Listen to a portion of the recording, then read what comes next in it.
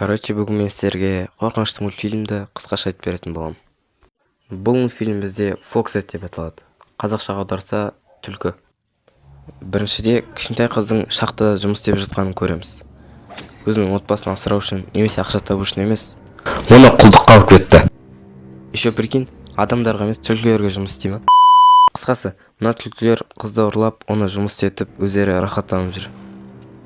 Сосын анау қыз ашық есікті көріп, бірдеңе ойластырады. Шаршап шалдығып қашып баратады. Сосын анау түлкілердің дауысын естіп, вагонның артына тығылып қалады. Қалай ойлайсыздар, ұстап ала ма, әлде ары қарай кетеді ме?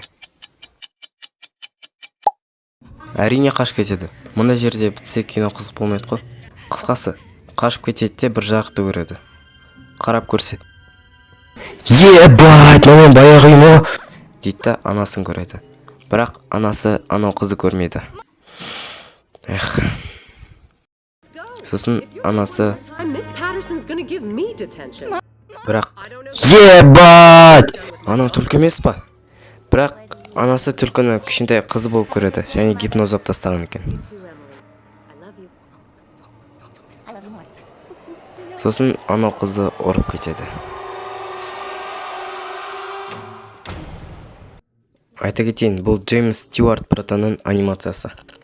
Бұл видеоның мақсаты түлкі болып какой-то қызды айнасының артына шахта жасап бейшара өлгенше жұмыс істету емес.